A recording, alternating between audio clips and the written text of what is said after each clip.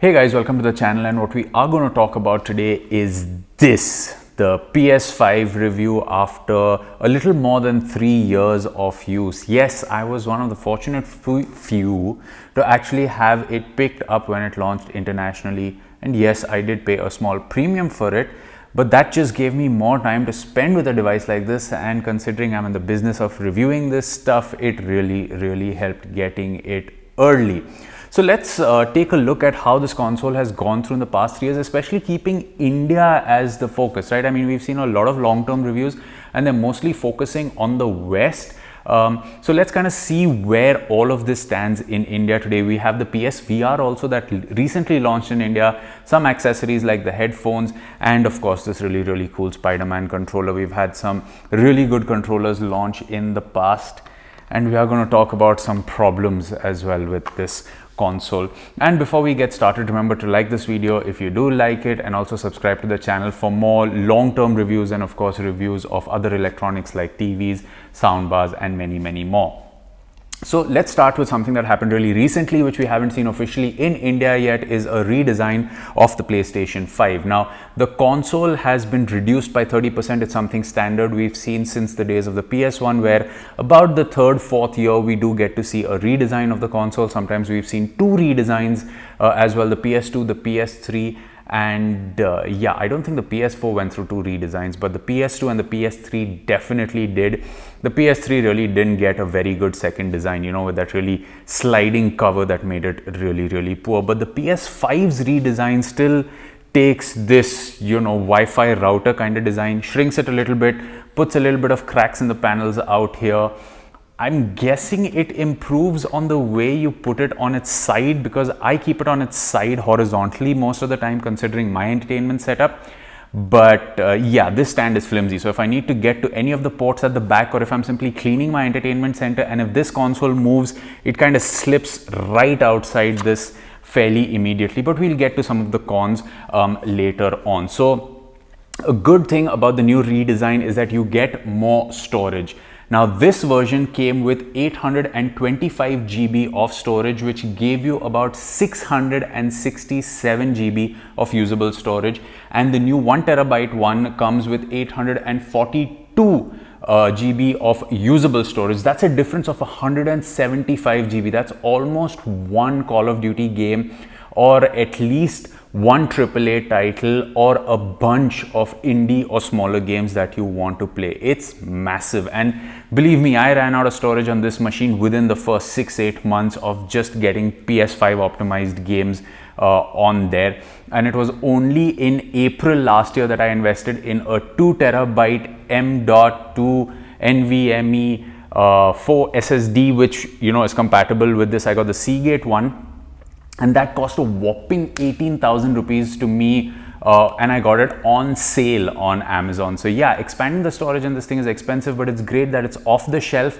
unlike the Xbox Series X, where you have to invest in a dedicated SD card. So when it comes to storage, the new console gives you about 175 gigs more of storage.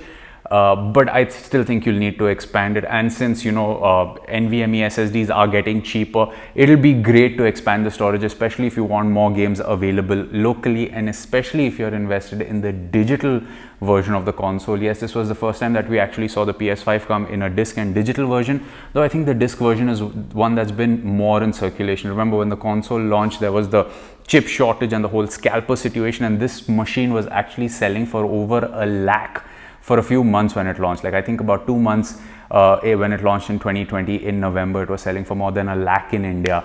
So yeah, the gray market was really having a ball of a time. But when the console launched, I would actually like to, you know, take a look at some of the significant upgrades that the console received. Because remember, when the PS5 launched, it boasted of 4K at 120 Hertz, and I don't think anyone believed that marketing, because everyone knew it would be some form of checkerboard, or now that we know it's FSR and, you know, Sony's own upscaling tech to get to 4K. The modern AAA titles, if you play Alan Wake 2 for example, will run at 30 FPS in quality mode and 60 FPS in performance mode, something we saw start with the PS4 Pro era. So yeah, getting 4K and 120 Hertz is only going to be in a game like, let's say, Prince of Persia: The Lost Crown, which recently released as of me recording this video.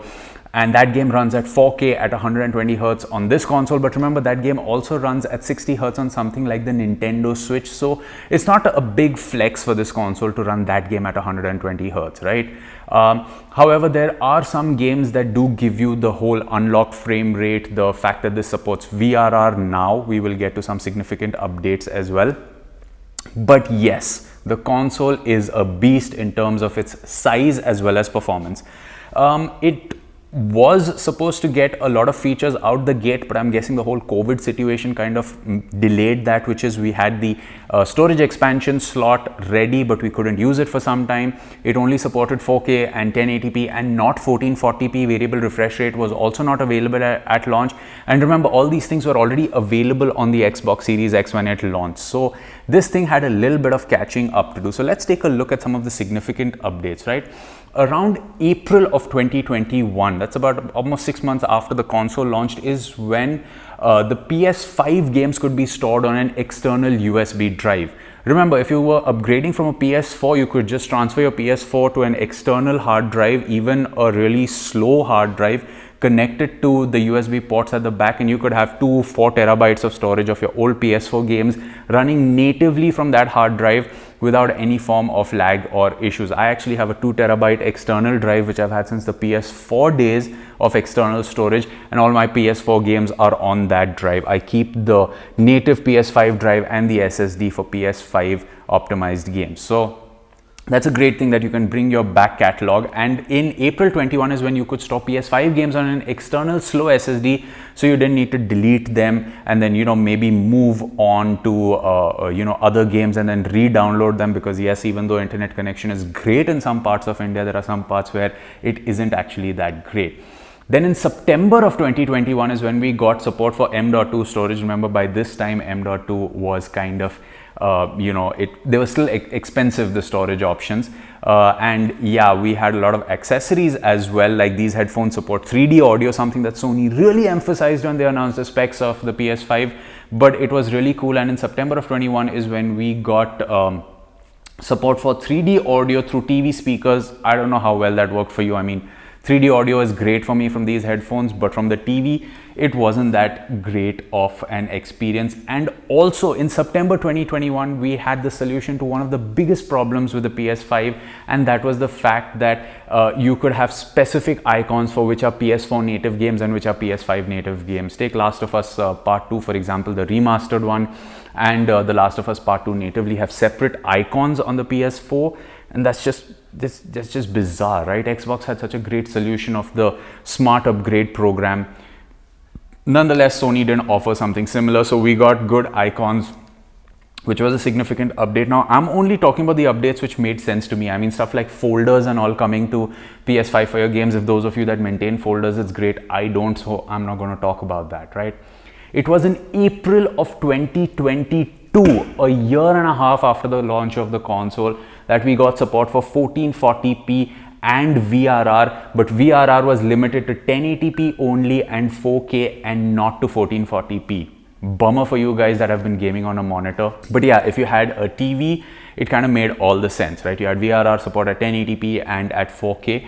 But in March of 2023, almost a year later, is when VRR support at 1440p came, for those of you that have a 1440p display. So it was in September 2023, just a few months ago, when we got support for Dolby Atmos. Yes, this had 3D audio, but we got support for you know, Dolby's technology as well, and the ability to expand the M.2 up to 8 terabytes, which is actually really very expensive. So yeah, the limit was 4 terabytes when they opened up the existing expanding storage slots. So those are some of the significant updates that have happened. And of course, in the end of 2023, we got the PSVR coming to India, and we still haven't seen the, you know, newer headphones or the, you know, the TWS that works with the PlayStation Portal, nor the PlayStation Portal, nor the new PS5 come to India.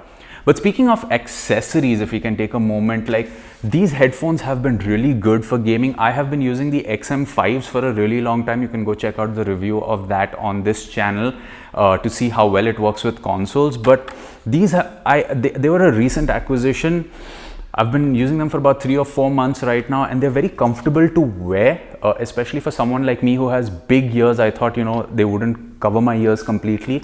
They're fairly comfortable to wear, and you know, they connect to the PS5 through this dongle really easily, and I use a 3.5mm cable to connect it to my Xbox, so I have one set of gaming headphones. And the reason they're a little better experience for me than the XM5s are for two reasons. One, I don't need full noise cancellation because I need to hear when the doorbell rings or when someone in the family calls me. And two, because of the noise cancellation, the XM5s can get really comfortable for prolonged use. These do not. So if you guys want to check out a long-term review of these headphones, let me know and I will do that as well.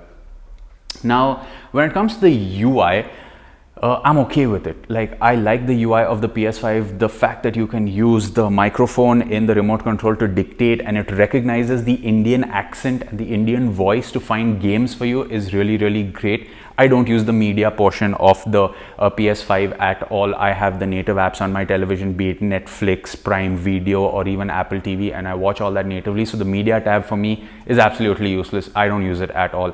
But yeah, the games tab, the way you get a nice full screen image, the number of hours you've played the game to resume an activity, some things are there. I find some things to be a little annoying as well. For example, the fact that you actually have to scroll all the way down in a Resident Evil game or Humanity or any other VR game when you want to go and download the VR patch. If I, who is an enthusiast, had to actually go and Google how to get the VR patch, it's just a bad user experience, right? It should be something that should automatically have been detected when I connected the headset, for example. So those are some of the UI niggles. Overall, I like the UI. The fact that you can make folders is there. You know, you get nice big tiles for your games. It's very well arranged. I'm okay with it. I'm indifferent. Let's now move on to the controller. My first DualSense controller, the right trigger broke in a matter of 6 months, and I have gotten it repaired, and the triangle button has become a little mushy on the original controller, and that works as a backup controller. This is my primary controller. Now, with that one problem out of the way, this controller is absolutely fantastic. It is the best controller that PlayStation has ever made. It's the best gaming controller I have used. And this is coming from someone who, during the PS4, Xbox One era, I preferred playing on the Xbox because the Xbox One had a slightly chunky controller at the time and it was really great to hold. Today, if I have to choose a game at the same price between the PS5 and the Series X, I go with the PS5 just to check out what DualSense abilities they have. The demo that comes on the PS5 Astro's Playroom, you should absolutely play it. It dials up all the features of the DualSense up to 11. You get the best triggers, you get the best haptic feedback on different surfaces, on different surfaces. And the experience is absolutely thrilling. I mean, a game like Horizon has very slightly implemented it, where once you run out of arrows, the triggers become really light. Or even in a game like Dirt 5, where you have like the trigger pushing back at you when you are accelerating on these really dirt roads. Or even Call of Duty, where each gun has a different trigger pull. It just feels so natural. I mean, the coolest implementation of the DualSense, of the DualShock 4 on the PS4 was in God of War 2018, where when you recalled the axe, you felt this little thud on only the right half of the controller, right? That's the first time I actually felt that a controller was revolutionary. But now I think this is absolutely fantastic. I mean, I would choose this over the Xbox controller any day. And we know from the leaks that have happened that Microsoft is also working on a similar type of a controller. But yeah, it works. Now, a lot of people complain about the fact that the battery life of this controller sucks, and I'm okay with that, because being someone who's in a household which has multiple rechargeable devices, I have a power bank that's charging more than any other device, because most devices connect to the power bank to charge. So I just place a power bank and just connect this to the power bank and I play, and once it's charged a little bit, I just remove it. So for me, charging is not a problem, but the problem is the color white. I mean, I have to really take care of this controller, and you can see some fingerprints and smudges and dirt out here because white gets dirty really easily. My first controller and now this one has started facing a few cracks out here as well. I'm guessing that's wear and tear. I don't really use it roughly.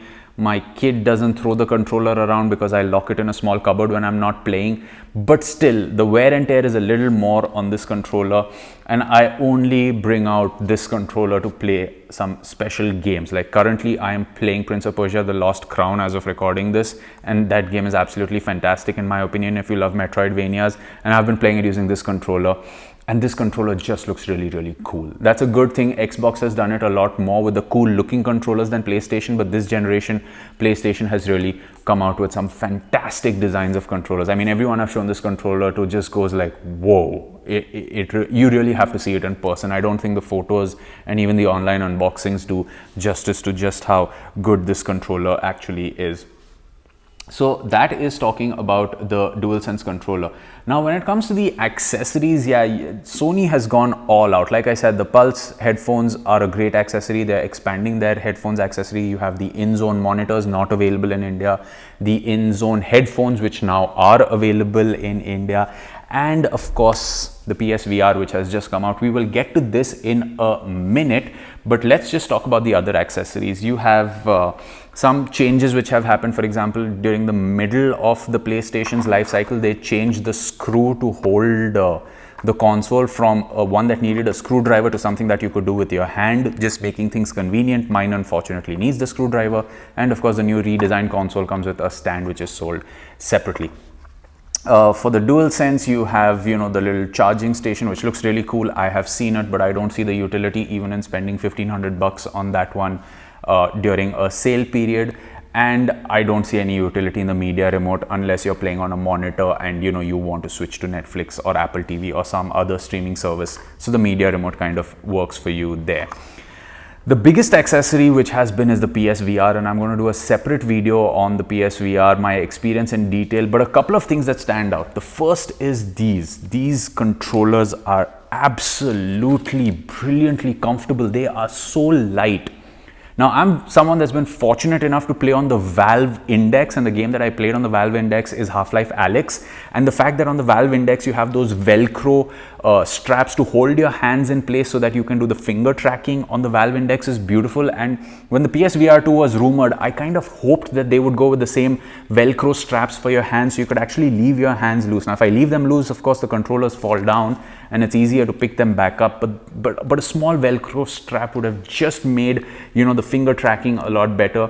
It does support it a little bit in games like Horizon, but there is this free demo of a roller coaster game, I can't remember the name right now, where you go on this roller coaster ride and it feels really good and immersive. And it also has like a roller coaster where you can shoot different targets and slow down time, like bullet time, when you're on the roller coaster.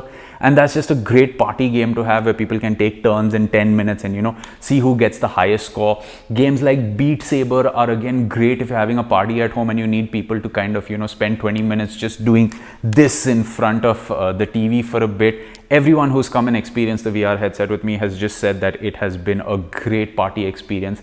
The problem is that it cannot be something I will spend 10 hours playing. Like, I could play Resident Evil or Horizon or Uncharted or any game for 10 to 12 hours at a stretch, but the VR headset, the best I've gone is like 4 to 5 hours, and after that I've had kind of a headache.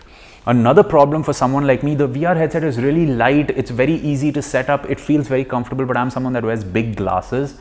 And it took me 3 tries to get the eye tracking to work properly. And even after that, I need to constantly clean the lenses of the headset and my own lenses, because when they touch or when I wear the headset, if there's smudge, the eye tracking doesn't work, the visual experience isn't that great. So the headset is great. It's just, I think the solution needs to be worked on for people that wear glasses. I'm sure Mark Cerny himself at Sony wears glasses, so maybe the next iteration of the VR headset can have some kind of more depth, or the kind of the rubber strap that goes onto your face could be slightly bigger to keep some distance between the lenses and your eyes. I know they need to be really close, but the fact that it looks so crystal clear, games like Resident Evil Village and Resident Evil 4, even Gran Turismo, just sitting in the cockpit of your favorite car that you can probably never afford in virtual reality, I think that's totally worth it. So is the headset worth it? The short review says yes. Longer review, I think you should wait and check it out on the channel.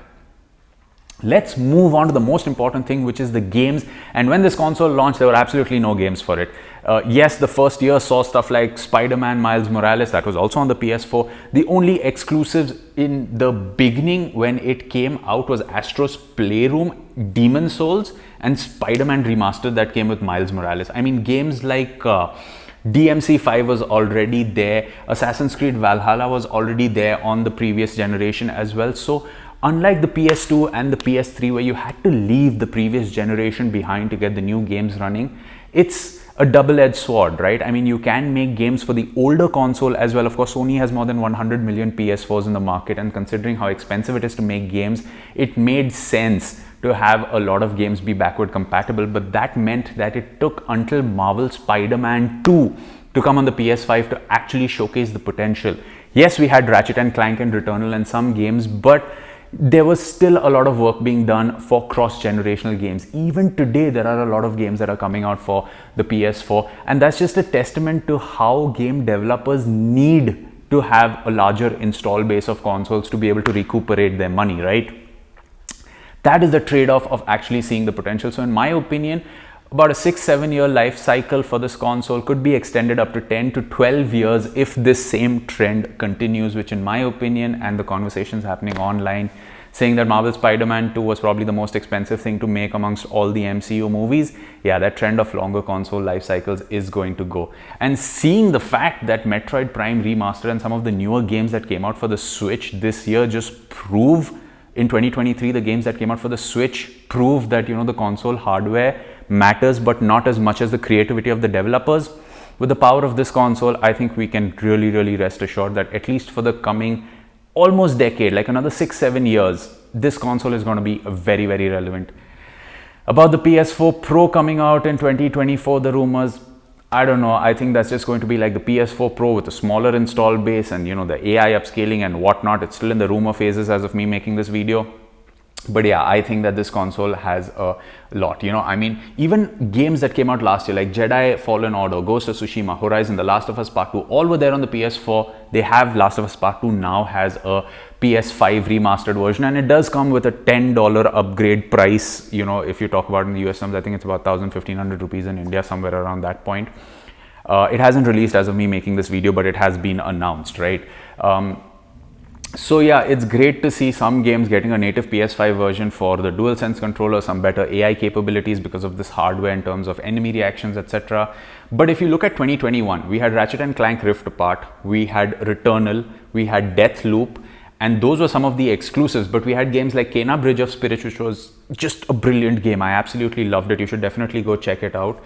Little Nightmare 2 and Death Stranding Director's Cut. Of course, these three games I've just spoken about were on the PS4 as well. We had Resident Evil Village and Far Cry 6. Again, some of the biggest hitters of 2021, but most of them were available on the PS4 as well. In 2022, we got the Forbidden West DLC, which was PS5 only. So the PS4 had the base game, but Forbidden West had, you know, the DLC alone. We had God of War Ragnarok, but that was on the PS4 as well. We had GT7, again, great VR game, great game overall, but again, that was on the PS4. Sifu, a great game. I mean, that's a great roguelike if you like roguelikes. But Sifu was on the PS4 as well. Now it's on Xbox. It was an exclusive for some time. Ghostwire Tokyo was probably the only PS5 exclusive at the time, and that was in 2022. And of course, A Plague Tale Requiem was a next-gen game only with A Plague Tale Innocence, which launched. So now is 2022, and these are some of the games that I really enjoyed, right? I played these games, and that's why I'm talking about them. We had Elden Ring as well for the PS5, but if you go and watch Digital Foundry's video, it's a much better experience to play the PS4 version on the PS5 for more frame rate stability and all that jazz. So yeah, we were kind of in the middle of developers optimizing their games for the best PS5, and the exclusives were gradually lining up. And I think 2023 was a great year for the games that I played on the PS5. We had Spider-Man 2, a great exclusive.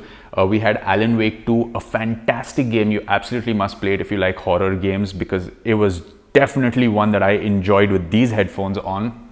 We had Dead Space Remastered. We had Avatar Frontiers of Pandora. We had Baldur's Gate 3, Final Fantasy 16, which was again another great action game if you enjoy games like Devil May Cry. Cyberpunk Phantom Liberty, I played it on this one. I don't think it came out for the PS4, but I played it on this. It was absolutely brilliant. Diablo 4, but again, now that was a cross-gen game on the PS4 as well. Hogwarts Legacy, a great experience on this one, but still, you know, kind of trimmed down for the PS4. Jedi Survivor for the PS4. Resident Evil 4 came out, but that came out on the PS4 as well. And Cocoon, a brilliant indie game, so it's okay if that came out on the PS4. So 2023, these were the games that I enjoyed, and the list was a lot shorter for the previous years, right? So yeah, the fact that 2023 was such a great year for gaming just makes it that if you didn't have this console, now is the best time to go out and pick up one. And we'll talk about the prices in a little bit. But before we get to the prices, let's talk about the subscription services that we have, right? Now, when it comes to subscription services, when Sony launched the PS5, they had something called as the PS5 Plus collection, which gave you 20 games out of the gate, which had games like Days Gone, God of War 2018, Resident Evil Village, you had Devil May Cry, and you know, a bunch of other games. But it dies in May 2023. In May 2023, the PS Plus collection service died. It had, I think, one of the Mortal Kombat games as well. I haven't written that here, but it was definitely there. And that was a great way to get started. I mean, you were investing 50,000 rupees in this console. You should have had a great library of games to start with, even if you didn't have a PS4. And if you did have a PS4, then these games could probably be some of those that you didn't have. But unfortunately, this service is no longer available. And around the mid of 2022 is when Sony revamped its PlayStation Plus subscription. For the better or worse, I think time still needs to tell, because there is no cloud streaming in India. We're only going to talk about India. Remember that. We have PlayStation Plus, Essential, Extra and Deluxe. Let's talk about the pricing. Essential is $499 per month, $1199 per quarter and $3,949 for the full year. Extra is $749 for the month, $1999 for the quarter and almost $7,000, that's $6,699 for the full year. Remember, if you take any of these services annually, it turns out to be cheaper per month. It's better for gamers who play regularly. For those of you that are irregular, maybe a monthly subscription with putting off auto renew is a better option. The deluxe PlayStation Plus subscription is at $849 per month, $22.99 for the quarter and $75.99 for the full year. And yeah, I mean, the naming convention is bad. They could have just gone with their, trophy names, which is bronze, gold and platinum. That would have just worked, because I had to write all this down to remember it, not the prices, just the names. Because in the US they have something called as premium, which is the top of the line one, which gives you PS3 streaming, which is not there in India, so it's not exactly the best of experiences. Now with Essential, you get 3 monthly games plus cloud saves plus some regular discounts. And that's great if you're someone like me that prefers to buy games for your catalog. And just, I have an Xbox as well. We're going to be talking about that in a separate video. And I have subscribed to Game Pass over there. And since most of the catalog kind of overlaps for third-party games, it's easier for me to maintain one console with a subscription service, which is the premium subscription service, and just going with the basic one out here to get those 3 games plus cloud saves. But in my opinion, if you're someone that's a casual or a regular gamer, then the PS Plus Extra is the best, because you get all the benefits of Essential, plus you get a catalog of 400 PS4 and some PS5 games included in that. It's a huge catalog. 400 games, you're probably not going to go through even all of them, dipping your toes in each one of them in the life cycle of this console. And considering the games keep getting changed, it's a great experience. I mean, we've even had games like GTA 5 where I've had friends that own this and don't like the GTA games. Yes, those people exist. Did dip their toes into a game like GT5 as well. The great thing about going with the top of the line version of the services, you get Ubisoft Plus Classics as well. I think you get some of the Ubisoft Plus Classic games in Extra as well. So if Prince of Persia has just come out and you're not sure if you want to invest in the Metroidvania, you could wait a couple of months and wait for the game to come on the service. Or if you're on the Xbox side, you have Ubisoft's own subscription service, which we will talk about when we talk about the Xbox console. So the subscription service is actually good, and it helps you test out games that you would otherwise have had to purchase and then realize that you're not into them. So a friend of mine saw me play Shifu and was like, yeah, this game is so awesome, I also want it. He bought it on sale for I think 1100 and something rupees on the PS5 and played it for 20 minutes and was like, yeah, I preferred watching you play it, because he wasn't really great at roguelikes and he prefers the story driven stuff. He liked the story when he saw me play it, but didn't enjoy playing it, and then couldn't get a refund on that, right? So for something like this, for him, it's 1100 bucks wasted. But in a subscription service, it's easier to just click on a game, download it, check it out if you like it or not. And if you like it and it leaves the subscription service, then you can probably go ahead and buy it. That's why I think in the deluxe, the fact that you get game trials for some games is good, but I think game trials should have been a part of Extra as well, because as per Sony's last report, which came out in the last quarter of 2023, those that complete the time in the game trials actually end up buying the game, is what they have said. A large percentage of that do. So maybe they could have a smaller version of that, or a smaller time limit, or fewer games that are available for game trial come down to the extra service as well. But anyway, that's my take on the three services as well. Speaking about the price, now the launch price of the PS5 disc edition was 50,000 rupees, but today it's selling in India without the sale period and discount for 55,000 rupees, and the digital edition launched for 40,000 rupees, and it's selling for 45,000 rupees in India. And of course, if you go to the grey market to get an imported unit, you can get it much cheaper. However, during Flipkart's Big Billion Days and some of the Amazon sales with all the cashbacks, etc., included, I have seen people get this for as low as 38,000 rupees. I'm not sure if it's been lower. You guys can let me know in the comment section below. So bottom line is that the PS5 is actually a brilliant console, and this is the first time in the history of Sony, and I think I read this on some online news portal, where Sony is going to focus on a lot more accessories for the consoles, because they see that, you know, people enjoy buying these accessories, but there weren't enough of them in the past. So Sony's lineup of headphones is actually pretty vast. The PlayStation Portal, I think, is great from what I've seen and read and heard about it, because for someone like me that lives with a family where other people want to watch the TV, I'd love to come and lie down on this very sofa with a Portal and, you know, get some me gaming time. The fact that it doesn't support the old headphones wirelessly is a bummer. But then again, the Macs were some of the first devices to actually cut off things like the floppy disk and the CD drive, and people thought they were crazy, but it still worked. So I don't know, but you can still connect this via 3.5mm to a Portal if you want. I'm waiting for that to come to India. The VR headset is again one of the better versions. It can give the Valve Index a run for its money, and I would be a hardcore investor in VR the day a game like Half-Life Alyx comes to the PSVR 2. If anyone at Sony is watching this, please get in touch with Valve. Please get in touch with Gabe Newell. You got him on stage for the PS3 Orange Box collection. You can do it for Half-Life Alyx in 2024. Please trust me, in the hardcore audience, it will sell a little bit at least. And yeah, these controllers for the VR headset are really very good, ergonomic, easy to hold. We'll talk about more in the details, and of course, it's one of the best controllers Sony has ever made, hands down. If you're in the market for a gaming console, you can definitely close your eyes and pick up a PS5. Preferably pick up the newer one if you can in the grey market. You may get it a little cheaper. It's not officially in India, or it's January right now, and if you're contemplating, well, it does go on sale during the festive season in India.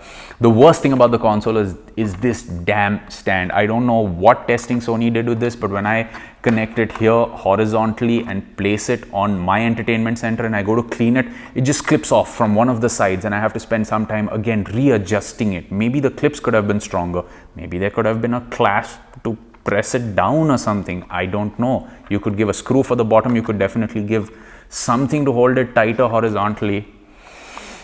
Oh yeah, and the fact that this has liquid metal, I think, is better than thermal paste for longevity, but I guess time will tell whether I'm right or wrong, because yeah, it's great. So overall, I think the PS5 is a great console and definitely worth investing in. Now it's slightly more expensive if you go to buy it, but like I said, you can get bundles and deals and the grey market and offline and sale season, where you can definitely get it at a cheaper price, and the supply issues have been sorted, which were there since COVID. If there's anything else you'd like to know about this console, you can hit me up in the comment section below and I will do my best to answer it. But that's it for me from this one. I will catch you in another video. It's goodbye for now.